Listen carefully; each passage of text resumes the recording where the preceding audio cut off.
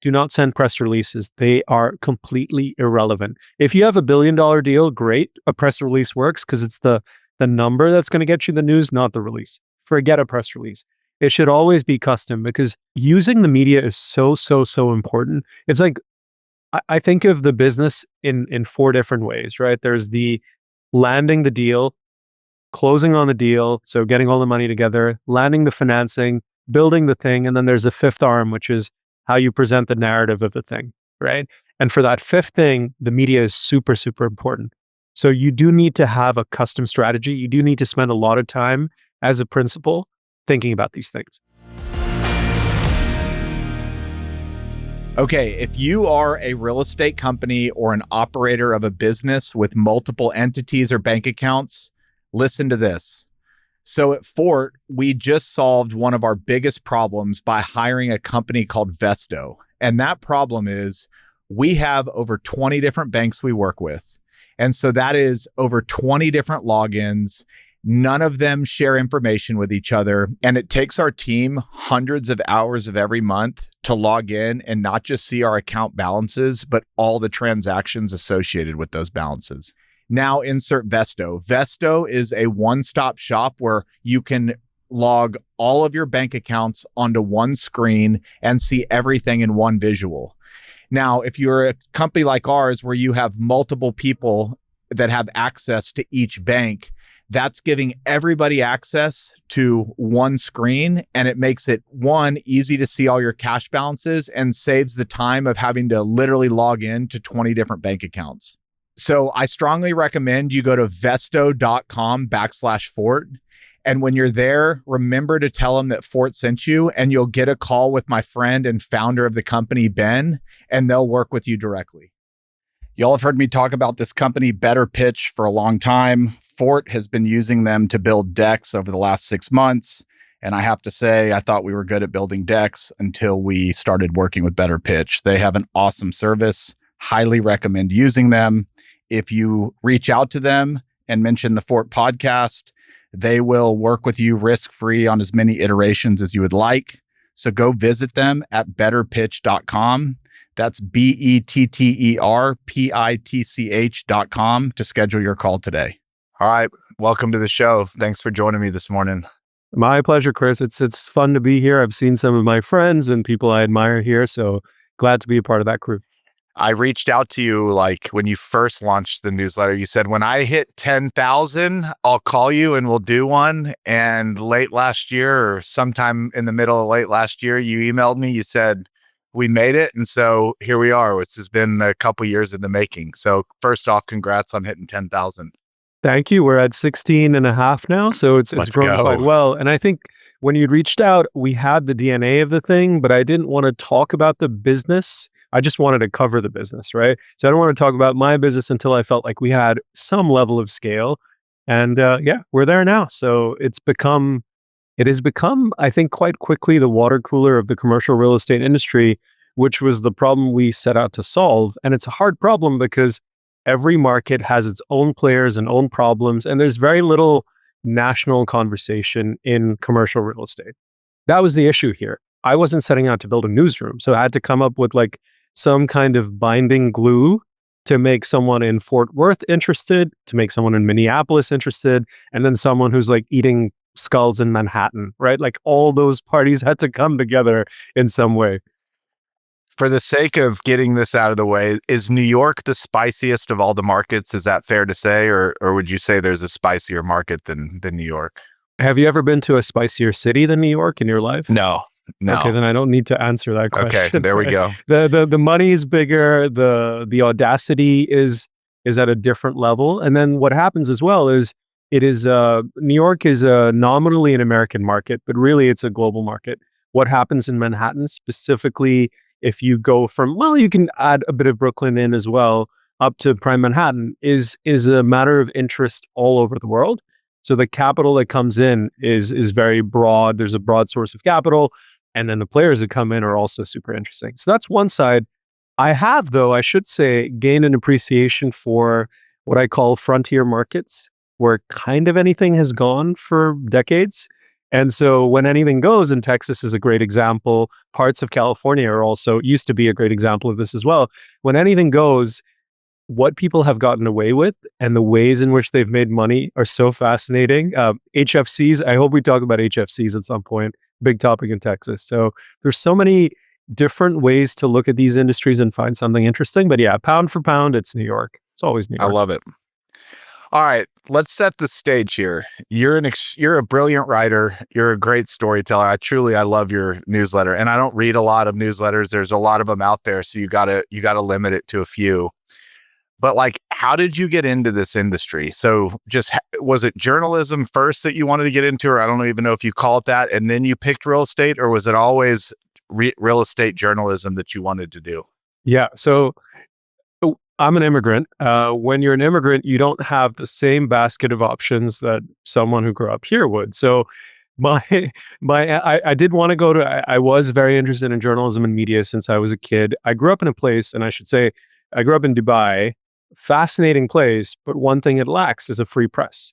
You can't really say anything of note of any kind. So we grew up reading basically your, almost like a communist version, if you're familiar with Pravda.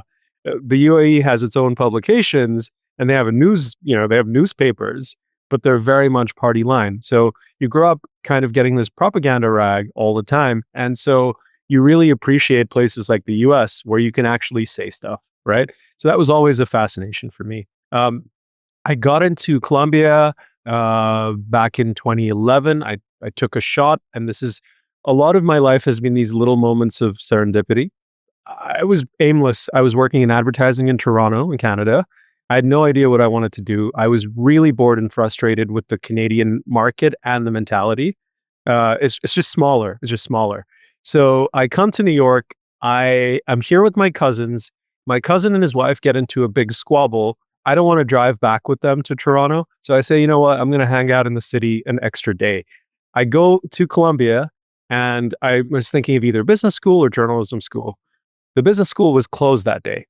The journalism school, the director of admissions was just hanging out. So I went and talked to him. I said, okay, let's try this. And in 10 days, I applied. And I got in and kind of went from there. That's how we got there. So journalism happened. When you graduate, you have 90 days to find a job. You have 90 days to find a job, and the company in question has to sponsor you to keep you in the US. It's known as an H-1B visa. Okay. So very few of the big the big networks, the big publications, etc., bother with that stuff. The scrappy publications know that they can get really good talent for really cheap, because none of us cared about the money. All we care about is staying in the US in the very beginning.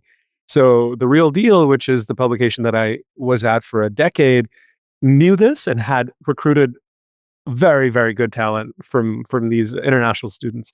So they were down to do it. I negotiated my salary, I think 3%. I didn't care. And I just jumped in, and it really went from there. I landed in the exact right spot at the exact right time for myself. This is kind of a loaded question. We don't have to spend a ton of time on The Real Deal itself. I really want to get to where you're at today. But when you started your first day at The Real Deal and your last day at The Real Deal, what was the biggest shift? Like, what did you think you were getting into? And then if after 10 years, what did you actually get into? And that's really like, what did 10 years of being in this kind of teach you to kind of set you up for what you're doing now? Yeah, I had always thought of real estate as a backwater of journalism. I remember I'd gotten into trouble in grad school, and a professor of mine said, if you do that again, I'm going to put you on the real estate beat. He essentially made that joke. And so I didn't know what to do. I didn't even shave for the interview when I went. I remember that because I was like, what is this random publication on 29th Street in what was a pretty fleabaggy office at the time? And so I took the job because I didn't really, I wanted to stay in the US, as I said. But like within a week, I realized, wow, you're kind of in the center of 4 or 5 major things that are fascinating on any given day: politics, finance, business, development, urban planning, architecture. Real estate is kind of at the nexus of all of that. So if you cover real estate, you have this perfect lens into how money and power work in a city. So I got that very, very luckily. I got that right away. So my journey at The Real Deal was truly memorable, and I still have a great relationship with everyone there because I realized, hey, this is like you're in the center of the center, and most people don't realize it. And so you really got to make this work. Now, from an organizational perspective, it was a little bit chaotic. I remember when I went in, my boss was this wallflower. I had to go and introduce myself to everyone and all that. So there was a lot of chaos, which I was able to use to my advantage because I said, look, I'm someone who wants to move up and I want to cover this industry and I want to do a bunch of things here. So I was able to take kind of advantage of that and make a lot of initiatives. And the owner of the company absolutely loved that. My colleagues, not so much, but the owner just loved to see someone who was doing that. So when I left, maybe 11 years in, I primarily left because I knew I wanted to shape my own voice into the next generation of what this should look like. And I think the real deal is the best of the publications that speak to a broader audience. I didn't care about the broader audience at the end. I realized that all I wanted to do was speak to you guys. And so that requires a whole new language, a whole new patois, a whole new kind of zooming into things that matter, and importantly, ignoring things that don't matter. Is that something that you could write out, like who that audience is and how you're going to speak to them? And it's almost like an art. It's not a science. Or is that just something that's like in your gut that you just know? It's kind of like you know it when you see it type thing. Or could you explain this to somebody else? Oh, 100%. I mean, I think it's the thesis of what we do. So commercial real estate insiders is the entire ecosystem of people that are dealing in the business or funding the business. You have everyone from your developers, your brokers, your lenders, your attorneys, your architects, etc. But the important thing is they only care about, they love gossip. It's not like, and our newsletter is very gossipy, but I think it's gossipy about the right things. It's gossipy about how deals are structured. It's gossipy about who came in, who sort of pulled out of a deal at the last minute and someone came in with a piece of pref that saved the whole thing, right? Or it's when a mezzanine lender gets really nasty and pushes for a foreclosure and someone else comes in. Or it's when a developer who's lost a ton of buildings finds a nice juicy LP, a Greek shipping billionaire in this case, who's willing to fund the next bet. So it's finding the narrative and the drama in these spaces and ignoring everything else. Everyone was covering when Elon Musk said he was moving to Florida, was doing this and that.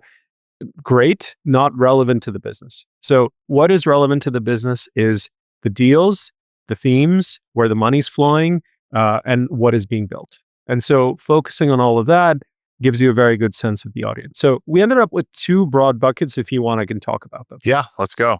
Yeah. So one of them is what I would call your day-to-day operators in the business, people like yourself. So you have developers, lenders, et cetera, the people who can apply their trade in real estate. So everyone who is making money in some way from the transaction. Okay. That's a big bucket. I knew we would get that bucket because I knew we had frankly, a better product than anyone else. I wasn't worried about that bucket. The second bucket has been a revelation to me, which is what I call the capital M money. And we've ended up getting all of that. So massive allocators, life insurance companies, sovereign wealth funds. So people like Mubadala, you've got Norges from Norway, some of the biggest allocators who don't need to be kind of in the thick of the stuff, but they like to keep an eye out on what's happening, right? So all the pension funds, the Middle Eastern money, et cetera, we've got all those people reading as well. So we've got executives from those people, massive asset managers, Marathon, Slate Asset Management, BlackRock, et cetera. The head of real estate strategies at BlackRock is a reader, for example. So we've got those kind of people, and then we've got the core operators in the business. Those are our two buckets, and like figuring out how to cater to both of them at the same time is a challenge, but it's a fun one. I really do think your writing is so fascinating. Do you think people are, if you had to, like, if it was a pie chart, are people more reading to learn something, or are they reading to be entertained? Or is it 50-50? I would say, honestly, it's 50-50 people. And I was very grateful for this. I didn't realize people appreciate the storytelling. For a long time, they had to deal with, and we can get into the kind of the different kind of media that exists out there. But for a long time, they had to deal with two kinds of media in this space.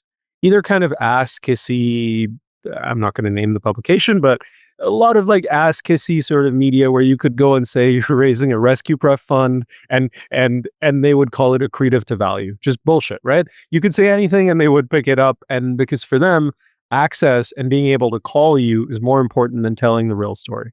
That was one side of thing. And that is kind of the national landscape for the most part, especially outside major markets. That's all you have. Okay. Then the other side of it, for the most part, was these real estate was treated kind of as a lifestyle beat. Luxury house here, big office here, big interview here. But that's not what it is. It's so much more fundamental to the way that our cities come about that it's been neglected in that manner. So when people saw this, there's a COO of a top 4 brokerage nationally. This person saw this thing. She's like, what the hell is this? I've been in this thing 4 decades. I've never seen anything like this. So it like hits them in the face. Some people absolutely loathe the promote. I should say that. It's too macho for them. It's too irreverent for them. God bless them. I'm happy that some people don't like it. What's important is that we have a pretty damn big crowd of people who love this thing. And to build a new media company with very little outside capital in an environment like this where advertising is a little bit shaky, you need to have that passionate audience. Otherwise, I'm like, what is my value proposition? I'm yet another publication. No, this is like, I mainline this thing. I see people who, Shabbat is, let's say, at 6 p.m. and a lot of our Orthodox readers go dark. 5:57, I'll see them like opening the email and all of that. And then Saturday when they come back, they're back on it, right? So you see people doing this stuff all the time. Our open rates are 70% now. That is the highest in B2B media, not just in real estate media, but I think in B2B media. So we have something, we have to kind of keep building it. Do you think what you have is exclusive to the real estate industry? I love how you talk about it. You're like, it's the ultimate business, Bloodsport. And then you talk about like, you meet a lot of people in real estate and you're like, what are your hobbies? They're like driving my buildings, calling my tenants, looking at paint colors. Like they don't play golf. They don't do anything. So now you kind of said, I think you said the stuff is their sports and entertainment. So they read your newsletter like a person that loves the Yankees reads Yankees blogs or whatever.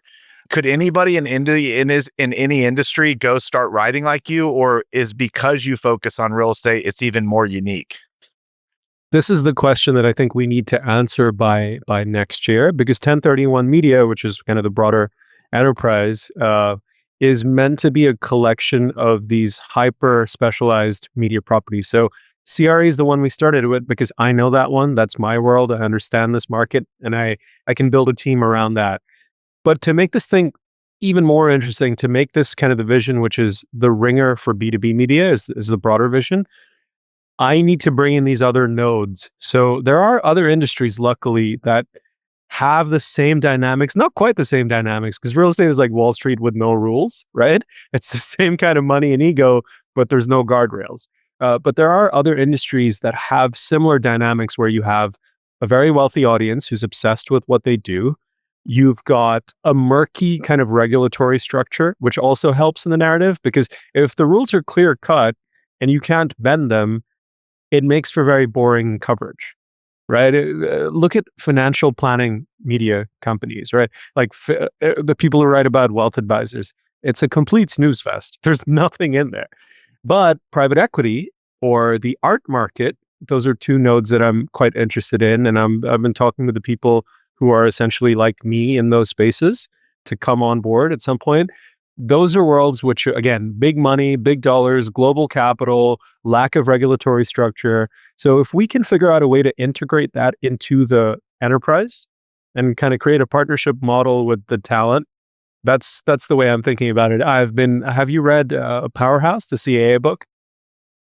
Okay, CAA, massive talent agency, and thinking about the next person who can kickstart a division is so important. So I've been thinking about that. Again, it's for a first-time entrepreneur who's very flawed in so many aspects. Like planning for the business while running the business is not my forte, but I'm trying to chip away at that. I'll add one more suggestion for you, would be the oil and gas industry. Yeah, I still want to get killed. I don't want to end up in like the bottom of a barrel somewhere. If you want to entertain people, I've done probably 15 episodes with oil and gas people, and maybe it's because I'm in Texas, but consistently some of the highest listened to, because the stories are as Wild West. It kind of checks a lot of those boxes. But okay, so you're at Real Deal. You kind of start having this vision to become a niche B2B. I think how you described it. When did you leave? And just walk me through like what it took to get started. I mean, obviously you need a laptop, you need a brain to be able to write, but what else goes into like launching a media company if you're bootstrapped? It's well, the first I decided I want to leave. I decided I wanted to leave sometime in 2022. Not because TRD had not been a very fulfilling place, but because I had this next level of thing I wanted to do. And to TRD's credit, they always let me reinvent myself. I kept new title, new responsibility, etc. But at some point, I was like, I'm just cheating myself. And as a result, I'm cheating them because there was one point where I acted like the owner in every way, good and bad. I took extreme ownership over the entire enterprise. I cared about every single aspect of that business. And when I stopped caring about every single aspect and just caring about my own thing, I realized I'm like, you're fooling no one here and you're not fooling yourself either. So I decided in 2022 I needed to leave. Then it took me one full year to get the balls to say, okay, I'm actually going to leave. That was just the fear in me, having been comfortable, having kind of set up quite a nice life for myself where I could travel, I could chill. I had my job on autopilot for a long time. And it wasn't an easy job, but I knew it, right? So it was fairly straightforward. Took me about a year to do that. Then I said I was going to leave. I was initially going to go into a pure video enterprise because I felt like everyone has forgotten how to read. And I'm glad I didn't do that. And we'll talk about that in a bit. But everyone has basically given up on reading bad stuff, like things that are not entertaining and interesting. But people still read if you give them the right stuff. But I was going to make a video only enterprise initially. I end up September 2023. I end up Moses and I became friends. Moses Kagan, that you know as well. And I just reached out to him and I said, dude, I'd like to come to Reconvene. Can you make that happen? And he was very kind and gracious. And he said, yes, come on over. I came in, I sat down at one of these small dinners that he does. And it's crazy. I left that weekend with my first 2 angel checks. I didn't even go there to raise money. People were just talking to me and they're like, oh, I like your vision. I like your vibe. I see what you're doing. And then people that I had never met, people who did not know me even from Twitter, ended up being my first angel investor. So that cushion gave me a little bit of like, okay, you can do something. What did you tell him at that dinner? What did you tell him at that dinner? I mean, the DNA of the publication was there, which is like, I want to create something that is essentially the sports and entertainment version of B2B, but whoring out on the format, but not losing the accuracy and the technical kind of specialization. That's the whole concept. Is like, people love the stuff. I throw in emojis. I have clips from Goodfellas, all that stuff. But the actual deal structure is not compromised whatsoever. In fact, I go a couple of layers deeper than anything out there. So that's what we talked about. And and within, I think, a month and a half, I had 2 wires in the account. That was big. Yeah. The other part of it, which I think is people don't talk about enough, is like, at the time, my wife had one of those kind of steady corporate jobs. And her having that was huge for me because it gave us health insurance. It gave us a safety net in case no money was coming in. And we planned for no money to come in for the entire year one. Luckily, that did not happen. So having her in that position and saying, I got us, was huge. Okay, real quick then. Why did you, because I remember actually talking to you at that Reconvene, and I can't remember the exact, but you just mentioned it was going to be video heavy up front, and you decided against that. So why did you think it was going to be successful, and did you quickly pivot out of it? Or not make it the main enterprise. So we do have video, but I think video was something I was very intrigued by. I'm still intrigued by. I think there's a layer of storytelling that you could get into in video that's quite interesting. It works for the way that we consume media nowadays. However, video is not something you can kind of just go. I think I had reached a point. I left TRD in August 2023. This was sometime in January, and I didn't have a product yet. I was doubting myself. I was kind of depressed on the couch, kept falling asleep because I was like thinking through stuff, and I just kept falling asleep because I was so stressed. And so I said, okay, I need to do something. I cannot be in this situation where I'm out of the market, out of the action for so long. Let me start writing. It's something I'm comfortable with. Let me see if I can kind of crank up the audacity on the writing and then use that. And then the rest, honestly, is out of my control completely. The promote took off. It became like this contraband in the industry. I know people who were signing up from their Gmail because they didn't want people to know at their company that they were reading it, right? So we were getting this kind of action. People were sharing the hell out of it. And so our initial readership was what 1,500 people. And someone told me, he's like, Hiten, rest assured, it's easily double or triple that because everyone is forwarding this thing. So we just started writing because of, I think, an existential crisis I was having. I said, I can't just sit around and wait for the bones of the video to come together. I don't know how to edit. I don't have any technical ability. But to write a newsletter, all you need is Beehive and some balls and kind of grit. And we did that. And right now you write it, you put in all the memes, all the graphics, like you lay it all out. I do. I'm starting to get some help as well. And this is kind of the crisis in this model, so to speak, which we have to figure out. I don't want to pretend like I've solved this problem. People come for the information, but they also, as you said, come for the sauce. The information can be taught. You can teach someone how to do that. Teaching someone the sauce is a lot harder. And so I'm starting to train my people and starting to put this together. I've hired some people. We have people on podcasts. I'm co-hosting a podcast, which I'm quite excited about as well.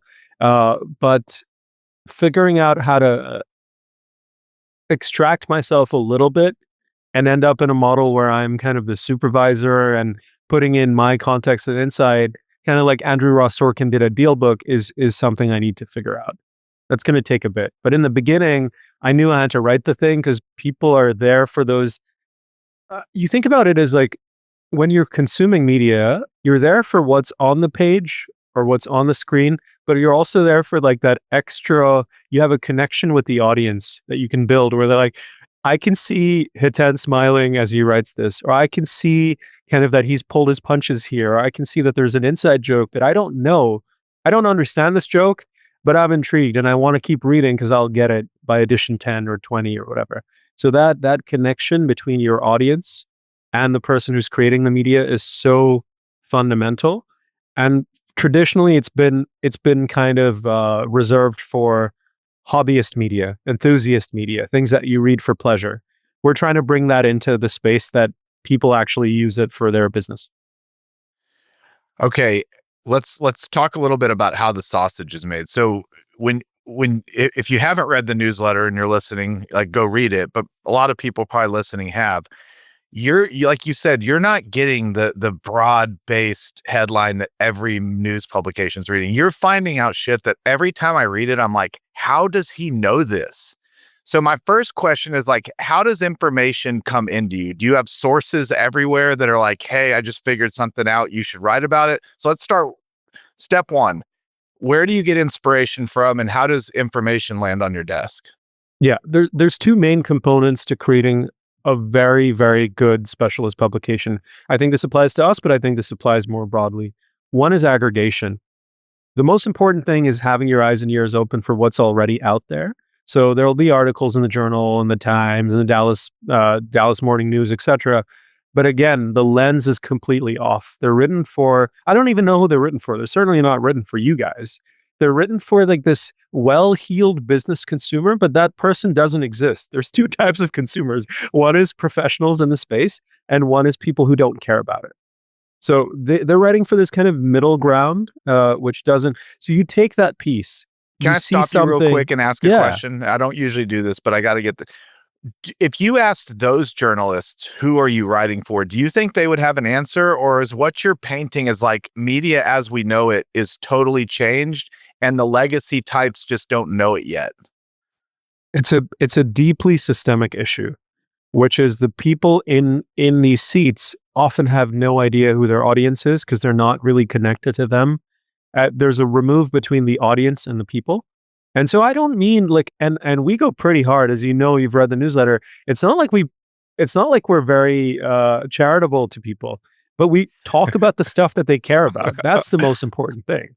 Right. And so broadly, all these publications are writing for this amorphous audience that they don't quite understand. So they'll pull in, for example, if we're writing about affordable housing and we're writing about tax credits in affordable housing, that's something important and interesting. Those publications will weave in a bunch of history that no one cares about. Those publications will start with one tenant story, which again is meaningful and important, but not to the business, right? So you cannot expect a busy professional to wade through 2 pages of crap before they get the one nugget that they need. We completely flip the equation. We take that nugget, we center it at the very beginning, we hit you in the face with it, and then we extract context and information that we have. So aggregation is a huge part of it. I would say at least 60 or 70% of our newsletter is honestly stuff that is out there. It's not like I'm creating, first of all, we don't have the bandwidth. Second of all, there are very talented people out there who are doing all this stuff, right? So extracting the juice is the most important thing there. Then there's the other part, which is like, okay, this is a big headline. What can I get out of this that's more interesting than what's out there? That's where WhatsApp comes in. That's where all the phones come in. I'm working the phones all the time. I'm talking to the kind of the ignored people in a transaction, the title people, the junior broker, the attorney who's maybe not the headline attorney in this deal. We're talking to all of them because they are often the ones who are doing the grunt work and they don't feel loved. And if you talk to them and you really listen to what they're saying, they might give you something. So that's how we put it all together. And then we say, okay, what is it that the industry needs to know kind of nationally, right? And so we'll give you the big story up there.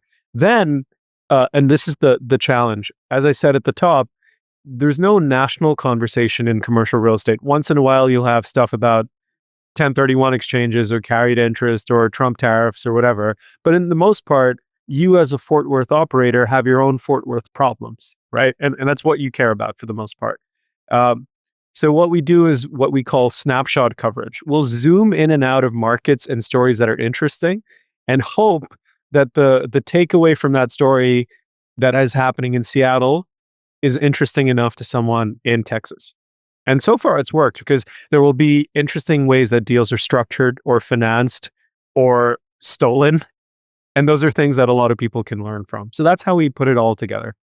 Okay, so so top of funnel is just reading what's already out there to the public. Then obviously you're kind of going, okay, this is interesting. Then you have your WhatsApp and you probably have lots of lines into the industry. So that could just be people you regularly call, but then also people that you're like, I need to get a hold of this one person to tie the loop on this one story. There are some, I mean, it's such an intimate relationship. I have one source who I speak to. As soon as I say hello, my wife knows who I'm talking to because she's like, I know that tone. It can only be this person. And we talk to each other all times of the day and night, right? So there's a kind of a collection of sources who are in the business. There's someone who can give you a high level overview of what's going on. And again, this is all, Chris, all comes back to the fundamental, which is like respecting people's time, respecting your audience's time, I think is like an act of true love and devotion. And most of these publications do not respect a person's time. They hit them with extra information. They hit them with ridiculous ads. They hit them with like preaching, which is not interesting. Like, I got to judge you by the rules of your game, not by the rules of my political beliefs or what I think is right and wrong. I'm just going to judge you by the rules of your game. Okay, two things. One would be like, how do you know it's a story that you need to kind of follow up on or keep writing about? So you probably know like, oh, this is going to be going on for a couple of years. So every 3 or 4 months, I'll check back in on it and hit it with a new piece versus maybe what's just a one-off rifle shot. Like, I'm going to talk about this once and probably never talk about it again. There's no easy solution to that. I think it's a question of how big are the dollars here? How important are the implications of this? So EB5, are you familiar with EB5? Oh yeah. Yeah, the cash for green card program, etc. Huge story and has massive impact across multiple markets and is zig and zagging. And now President Trump is trying to take it away and replace it with something else. So every time you go through one of those inflection points on EB5, it's worth kind of covering. There are other stories which are just so outlandish, but just land and then they have a splash for that moment and then they're gone, right? Major syndicator falling apart.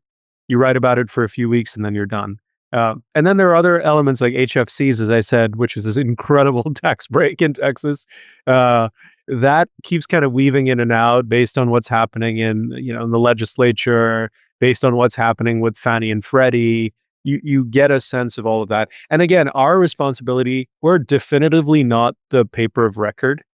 I have no obligation to tell you anything unless it's interesting and it's relevant to the business. And this is kind of the beautiful spot to be in. A New York Times or Dallas Morning News, etc., has an obligation as a good citizen almost, and it's an important obligation to cover step by step about everything. We have no such obligation, right? We're very much like, we want to be your second read, your second order thinking about this problem, or the stuff that you're going to talk about with your buddies when you're talking shop. So when you have that as your North Star, you can ignore a bunch of stuff until you want to write about it again. Okay, and then what is an HFC? You've mentioned this. I'm in Texas. I actually have no idea what an HFC is. So they're pretty amazing, and I'll send you a couple of pieces after. HFCs are housing finance corporations. They're entities that are essentially were designed to incentivize the creation of new affordable housing. Okay, and the idea is that you commit to holding rents at a certain AMI threshold, and in exchange, your property taxes are forgiven in perpetuity. Okay, yeah. In perpetuity. And as you know, in Texas, property taxes are generally your biggest line item. They're the difference between a good deal and a horrible deal, etc. So this was designed to kind of say, okay, you know what? If you can hold rents at a certain level, we're going to give you a break on your taxes. However, and this is what I love about real estate, there are loopholes upon loopholes. The language in the law did not specify that an HFC has to exist only in its own jurisdiction. It can travel, which means a random entity in Pecos or Garland County or Cameron County, kind of far-flung areas in Texas, which don't even have an HEB, is it? The superstore, right? Can come to Dallas, can come to Austin, can come to Houston, where you actually do have very serious affordability, and they can incorporate their traveling HFC there. So there are areas in these cities where your threshold, where the market rents are lower or at the same level as this AMI threshold. So what that means is a developer who's got a deal that's in deep red can say, okay, I will maintain my rents at $2,200 for a 2-bedroom, let's say. And in exchange, I want my property taxes gone. They're gone. However, the market rent on those units already is $1,900 a month. So you're basically agreeing to keep rents at a level that is higher than what it is in the market, what the market will bear. And in exchange, you're getting rid of your property taxes forever. When you get rid of your property taxes forever, your NOI goes up, the value of your property goes up. You can get it financed in the muni bond market. You can go the agency route. It's an incredible situation. So what's happened in the last, call it 18 months or so, is there's this entire cottage industry of consultants and debt brokers and attorneys who are like, I will create an HFC structure for you and save your kind of dog shit syndicator deal. So all of the usual suspects, you think of Tides, you think of all these guys are doing these HFC deals because why not? I mean, it's free money. I would do it too. So is the interesting part that they're like operating in a gray area and it's just... There's no gray area. It's super legal. It's like as legal as could be. So you're just highlighting like the greatest loophole of all time, basically. And and people love to read about it. And what's funny is, again, it's like, this is one of the things you think about as a media company. People have read the articles and been outraged, and lawmakers have read the articles, and the Houston Chronicle did something based on what we had done and kind of getting attention. And other people are like, this is great. I want in. What do I do? So I've had attorneys who've talked to me. They're like, Hiten, you dropped that article, and 2 minutes later, I got a call and I got a meeting set up. It's amazing. So how people take the information, how they use it is really their business. I'm not here to judge that. I'm just telling you what's going on. That's it. Okay, so we talked about this before we press record. Media industry at large, or journalism at large, trust levels at all-time lows. Broadband, not speaking about your business, but okay, so all this stuff's coming at you.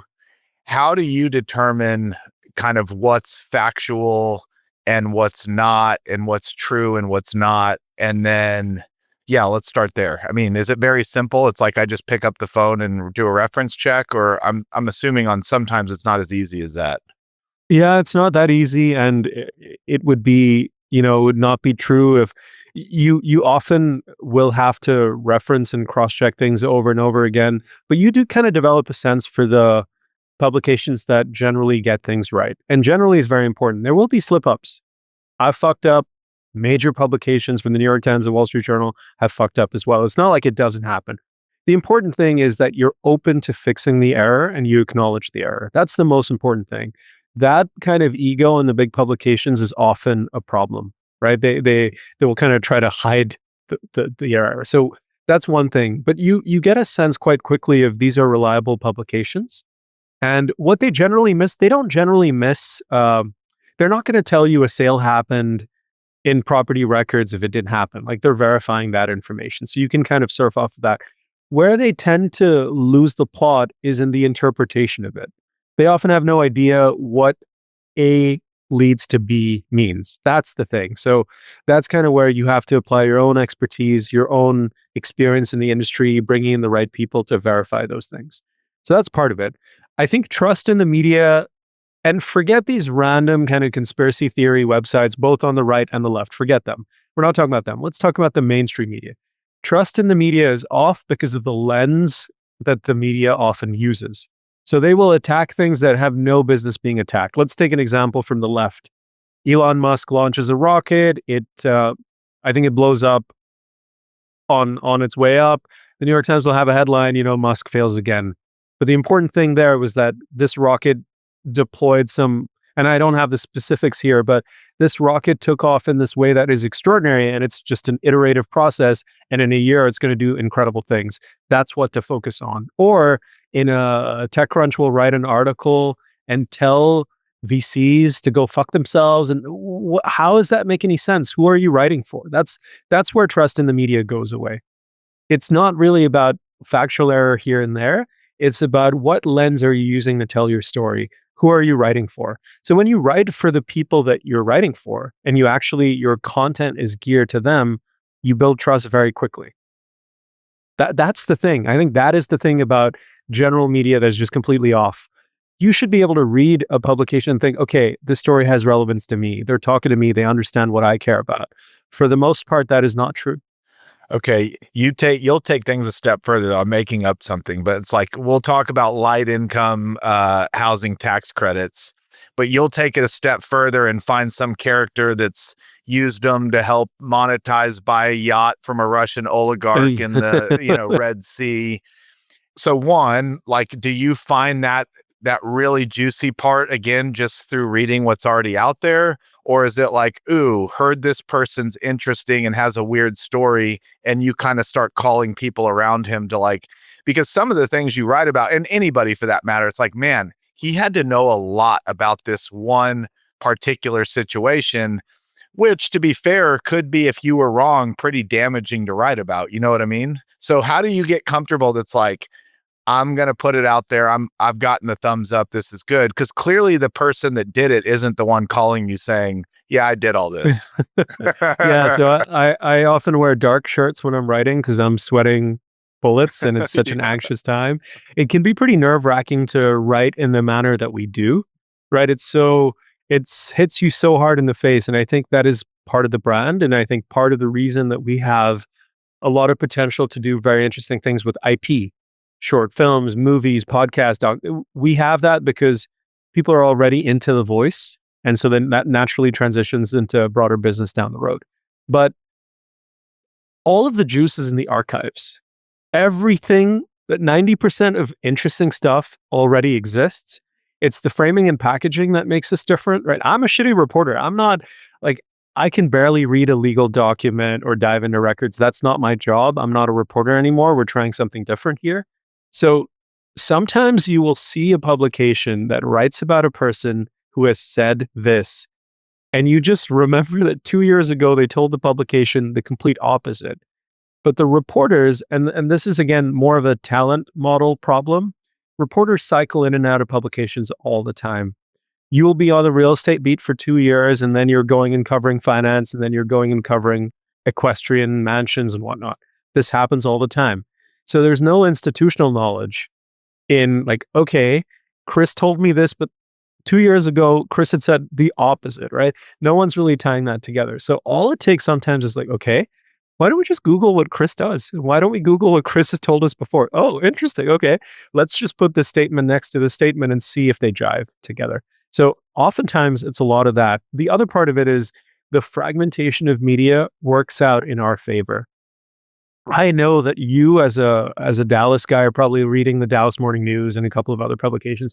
I can say with almost certainty that you're not reading, the FT's business coverage, for example. And there might be a nugget or two there that are fascinating for people like you, but you don't need to subscribe to the FT and you don't need to read every article. So you can extract, given how fragmented media is, given that there's no single source of truth anymore, there are nuggets and bits and bytes all over, and putting them together is fascinating. We had a piece about Damak, which is a major Dubai-based developer that's actually doing something in Miami now. And everyone written about Damak coming to Surfside, where there was a major condo collapse, and they're building a luxury tower there. Everyone had written that story. I was like, this guy's a bit of a cowboy. He's a very close friend of Trump. He's an interesting character. He's an outsider in Dubai. Let me just go see what he said. So I went on YouTube and I found this anecdote in which the developer in question, his name's Hiten Samtani, was flunking out of college in Iraq. He went to college in Iraq back in the day. And someone had given him the cell phone number for Saddam Hussein, the dictator of Iraq back in the day. So this kid, calls up Saddam, actually gets him on the phone and pleads his case to stay in medical school. So this was something he said on YouTube on his own channel, but no one's looking for that. We're looking for that. Yeah. So to wrap this little, you do feel the weight and the gravity of, hey, I'm about to press send on this and I got to own it, because I basically, it's like, I maybe just how I'm built. I don't know if I could do that. It's like, you don't have to do it, but it's your job to do it. So it's what you've chosen to do. But there could come a time where maybe you say something that you wish you hadn't said, or it wasn't true or whatever. It's like, that's just a lot of weight. And so it's interesting to hear you feel the gravity of it. 100%, because you have to be like, I don't want anyone to think that we're not a responsible publication. We feel a lot of responsibility to our audience to get it right, to tell the story in a fair manner, etc. That doesn't mean we can't be playful around it. But I think this is you bring up something I've been thinking about quite a bit, which is the weight and the gravity. Running away from the weight and gravity is like a recipe for a shitty life, I think, and a shitty business. So you're raising investor money, you're a steward of capital. That's not easy either, right? Like that sucks. And in a shitty market, that feels probably even worse than what I do. But embracing the responsibility to do something interesting and great is better than saying, yeah, I got no responsibility. I'm coasting through. I'm writing an article. Let me be vanilla, because guess what? If you're vanilla, no one cares either way, right? But if you're going to be spicy, if you're going to give it the promote special sauce and you're going to put it all together, that comes with an element of high wire act. That comes with an element of danger. Fuck it. You have to do, like, at some point, I started too late. I'm 38 years old. I wish I had started this in my early 30s. I spent 2 or 3 years coasting, and I kicked myself over that, because at some point you want to build a career that is exciting for yourself. Because if you are passionate, and if you are passionate about what you do, the audience just kind of absorbs it. They feel that thing. And for the most part, you have that feel to yourself. I'll say it again. I love your writing, and there's a lot of stuff, and then I'll read something. I'll be like, damn, dude, he went there. All right. So if I want to be in the media, or my company wants to be in the media, like, what is the best way to approach y'all and get the most for my time or my buck, or whatever you want to say? Yeah, I think the number one thing to think about is, as someone who wants to get press and wants to use the press is a tool like anything else, is who your audience is. Who do you want to reach with your messaging? And so you need to be able to separate this into a couple of buckets. One is utility. I want a lender to see this so that they think about writing me a check. I want a potential LP to see this. Or I just want something nice to go behind my wall, right? An ego exercise. So the first thing to think about is your audience. Who are you trying to reach in this place? If you want to hit kind of a network of lenders and institutional investors, maybe you should think about reaching out to Real Estate Alert / Green Street, because that's what they're reading. If you want one of those profiles that you can frame when, you're talking about your football and your family and combining faith and fortune and whatnot, then you might want to hit one of the regional papers, because they'll just eat that stuff up, right? So understanding your audience is kind of step one. Step two is when you pick your publication, all right? Start researching who's working on the beat that you are kind of talking about here. So don't pitch a residential reporter about a commercial story.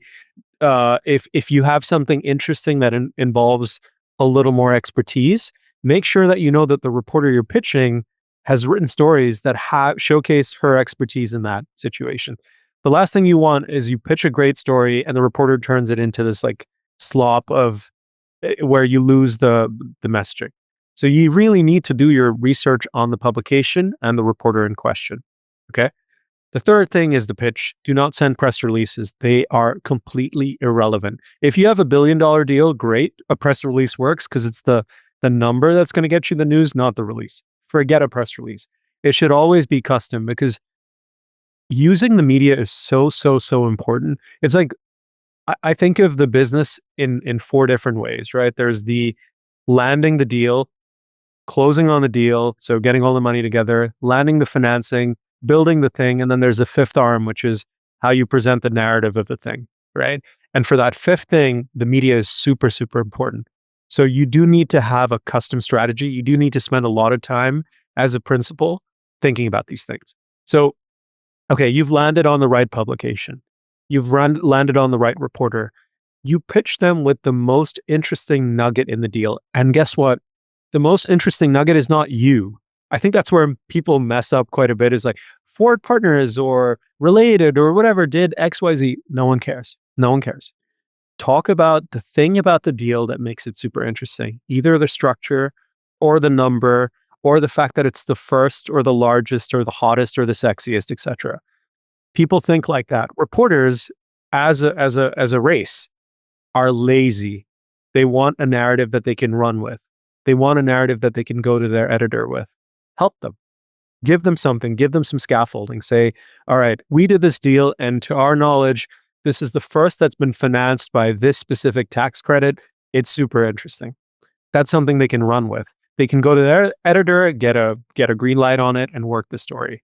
So I think thinking beyond the release and thinking about extracting the narrative mule, let's call it, is the most important thing. And then there you go. You go from there. Is there a company or an individual that just comes to mind when I say who's worked the media the best in their favor over the longest period of time besides Donald Trump? Unbelievable. Trump is unbelievable about this, because he was the biggest developer in New York, quote unquote, for people who can't see me, the biggest developer in New York, even when he wasn't developing anything. He became the go-to guy. I think there are companies, there's a guy out of New York called Gary Barnett, Extel Development. What he did in Utah was one of the most amazing masterclasses in media, where he combined the use of traditional media to kind of put warning signs out there for people he was negotiating against. So a very quick story. Gary Barnett had bought this giant ski resort terrain in Utah, right next to Deer Valley. And it was called the Mayflower. And Deer Valley is no snowboarders. It's just skiing.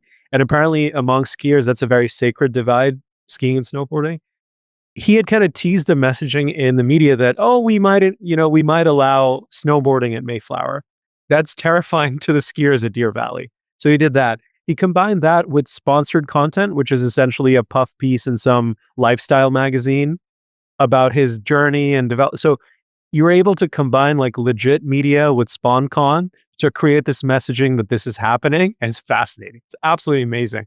So I think of him as a very good example. There are a lot of brokers who've positioned themselves as the go-to, but when you look at their actual deal volume, it's nothing, right? So people who are good about one of the more interesting companies that use the media incredibly well is a company called Castle Systems. And Castle Systems, I believe, is a security for buildings company. But what they did during the pandemic was absolutely fascinating. They created an artifact. And I think when you're thinking about the media, thinking of artifacts is a very interesting approach. They created something called the back to office barometer, where they measured keycard swipes when you're going back into the office. So they said, hey, only 28% of people came in this week, or 35%. Guess what?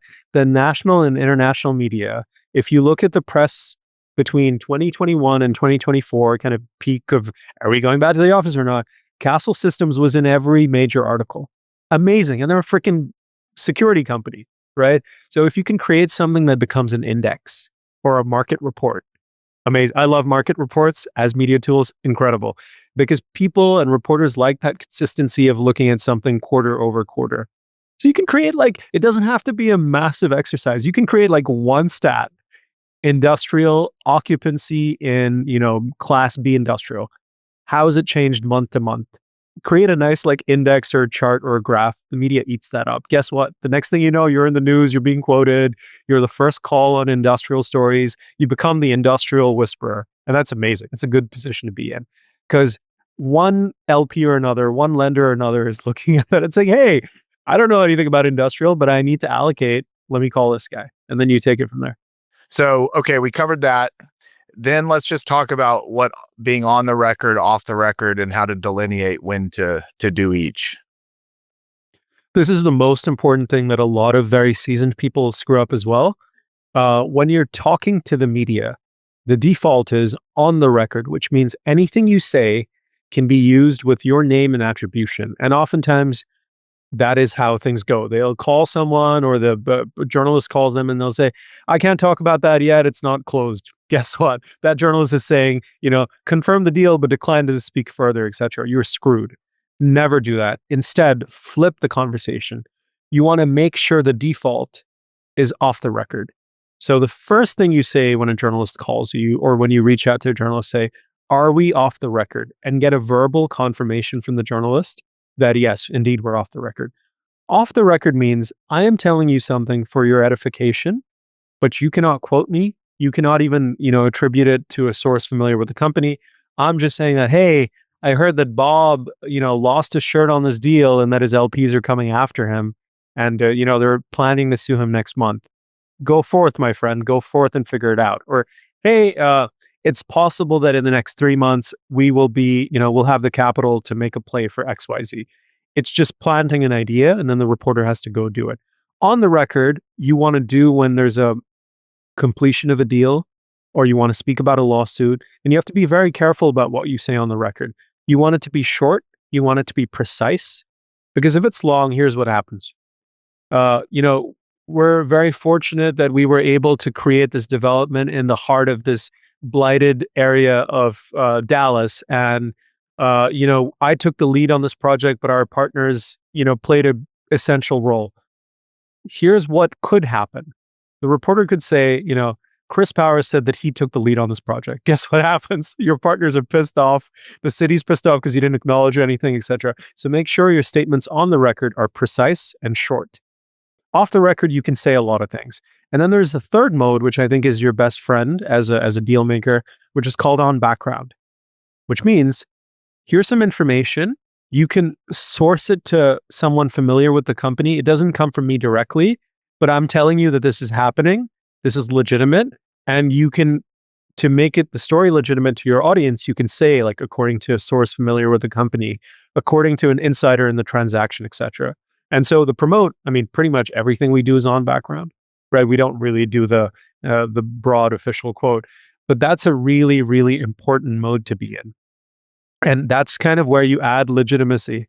As the person talking to the journalist, you have to say on record, off record, or what was the third on the background? On background. Are we on background? Yes. Okay. So I can tell you that, we've raised 85 million of the 100 million that we need for this project, and we're looking to this mechanism for the rest.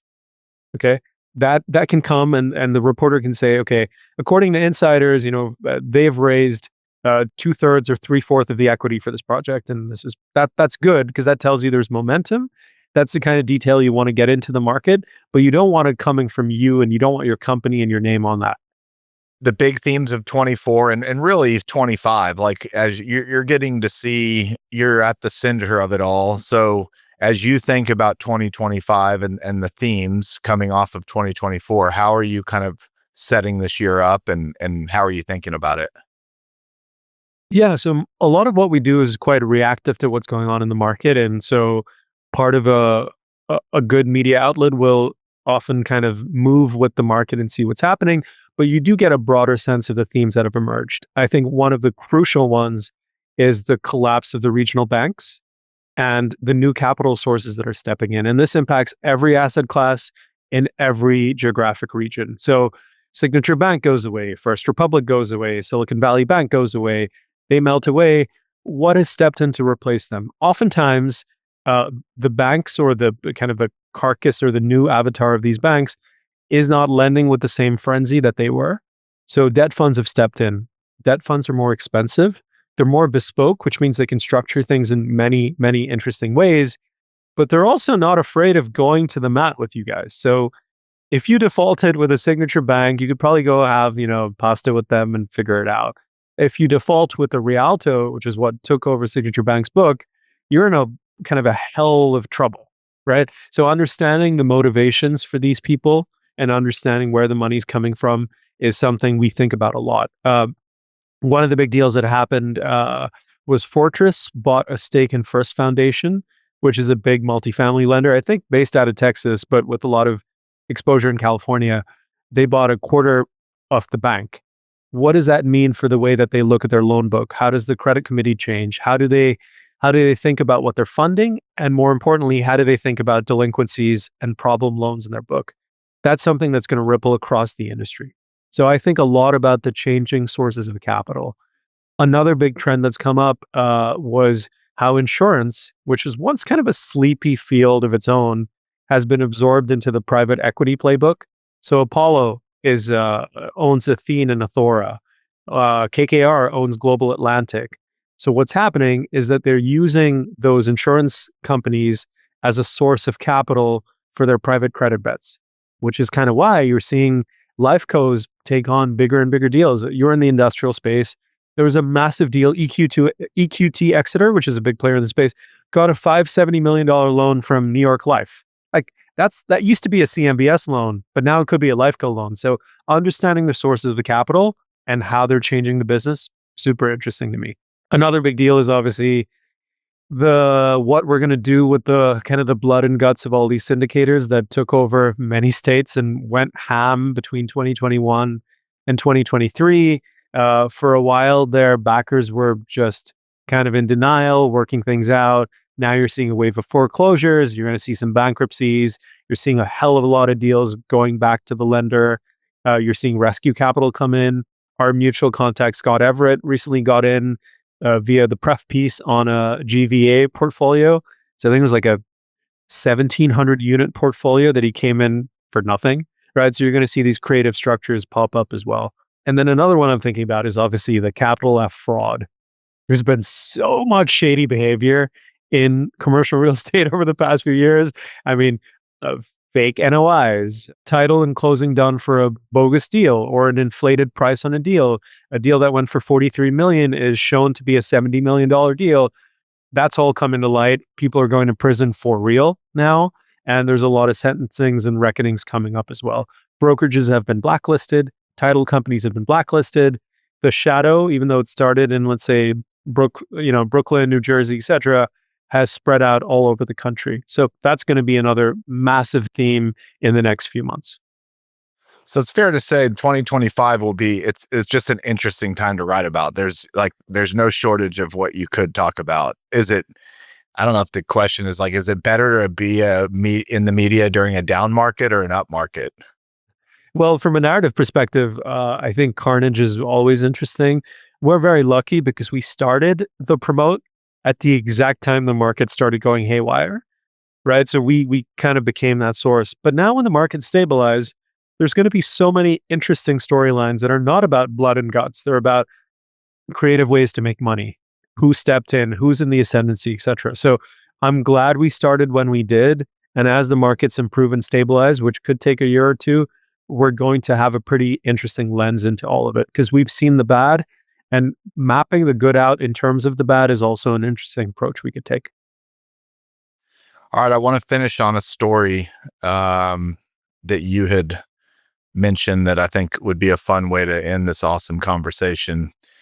the circumcision ceremony that you attended at a high-powered Manhattan commercial real estate law firm. You can't make this shit up. It was truly something. So this is a few years ago. A source of mine, a commercial real estate broker in the space, invited me to what's known as a bris, which is the Jewish circumcision ceremony. I think it takes place on the 8th day of the son's life.